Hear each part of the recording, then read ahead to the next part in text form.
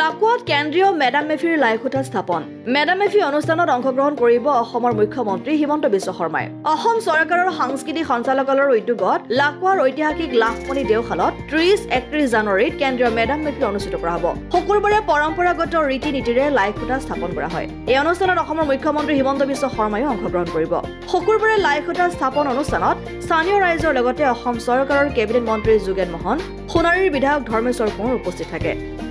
31 জানুৱাৰী দিনটোত সমগ্ৰ অসমতেই সমগ্ৰ জাতি জনগোষ্ঠী লগ লাগি এক মেডাম মেফি উদযাপন কৰা হয় আমি এইবাৰ অসম চৰকাৰৰ উদ্যোগত সাংস্কৃতিক বিভাগৰ উদ্যোগত আমাৰ এই ঐতিহাসিক আমলখি দেওশাল জানে এখন চৰাইদেউত যেতিয়া স্থায়ী ৰাজধানী আছিল তাৰ পৰা মোহনদয় পণ্ডিতসকলে ইয়ালৈ স্থানান্তৰ কৰিলে আৰু এই স্থানান্তৰ কৰা এইখন ঐতিহাসিক দেওশাল ইয়াত আমি চৰকাৰী উদ্যোগত প্ৰথমবাৰৰ বাবে আমি 31 জানুৱাৰী তাৰিখে আমি দুদিনীয়াকৈ 30 আৰু 31 তাৰিখে আমি ইয়াতে মেডাম মেফি আয়োজন কৰিছোঁ তাৰে আজি আমি লাই খুঁটা অৰ্থাৎ প্ৰথম খুঁটাটো পুতি আমি পণ্ডিতসকলৰ নীতি নিয়মেৰে আমাৰ যিসকল মলুঙৰ উপস্থিতিত আমি লাই খুঁটা পুতিছোঁ আৰু ইয়াৰ পৰৱৰ্তী সময়ত আমাৰ প্ৰশাসন আছে আমাৰ লগত শিৱসাগৰ জিলাৰ চৰাইদেউ জিলাৰ দুইখন জিলাৰ প্ৰশাসনৰ উদ্যোগত আৰু আমাৰ স্থানীয় ৰাইজৰ সহযোগত আমি এইবাৰ ইয়াতে এই ঐতিহাসিক স্থানতে আমি মেডাম মেফি আয়োজন কৰিছোঁ আৰু ইতিমধ্যে গভৰ্ণমেণ্টৰ পৰা অলৰেডি আমাৰ গোটেইখিনি নটিফিকেশ্যন আহিছে আমি এতিয়া খন্তেক পিছতে এখন ইয়াৰ ৰাইজক লৈ এখন অভ্যৰ্থনা সমিতি আদৰণি সমিতি আমি নিৰ্মাণ কৰিম বিভিন্ন বিভাগত ইয়াতে আমি ব্লক থাকিব আমাৰ মহিলা গোটসমূহ তেওঁলোকৰ ষ্টল থাকিব ইয়াতে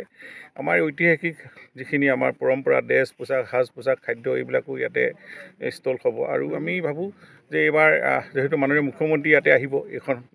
মেডাম মেফিত আৰু কাৰণ প্ৰতি বছৰে তেখেতে ক'ৰবাত নহয় ক'ৰবাত এনেকুৱা ধৰণৰ মেডাম মেফি হওক লাচিত দিৱস হওক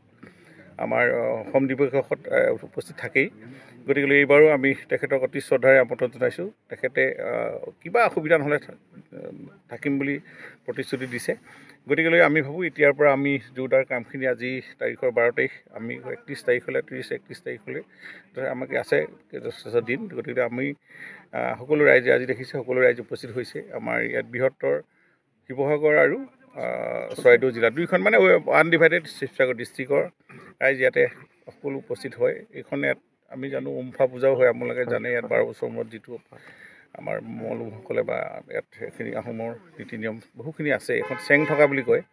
এখন ৰঙাগড় দেওশাল দেখিছে আপোনালোকে গতিকে আমি ভাবোঁ অনুষ্ঠানটো খুব সৰ্বাংগৰ সুন্দৰ হ'ব আৰু এই যি লক্ষ্য আছে আমি মেডাম মেফিৰ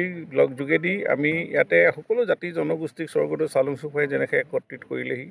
ঠিক তেনেধৰণে সেই আদৰ্শৰ প্ৰতিষ্ঠা হ'ব আমাৰ বুৰঞ্জীৰ ওপৰত বিশ্লেষণ হ'ব মথুৰাপুৰৰ পৰা ইছলাম আহমেদৰ ৰিপৰ্ট অসম আদিত্য।